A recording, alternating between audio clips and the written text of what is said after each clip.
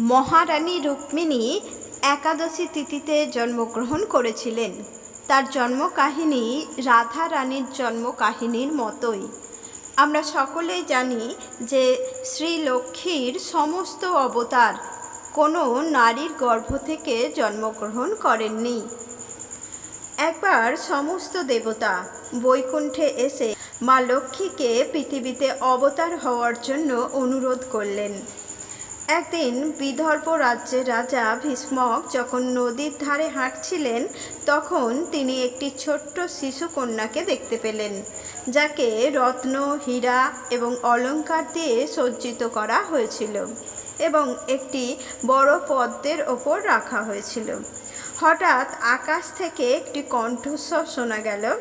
এই ছোট্ট মেয়েটি হলেন স্বয়ং দেবী মহালক্ষ্মী, যিনি শ্রী বিষ্ণুর শক্তি, এবং তার বিবাহ হবে চতুর্ভুজাকৃতির সাথে। আমরা আপনাকে তাকে রাখার এবং তার যত্ন নেওয়ার দায়িত্ব দিয়েছি।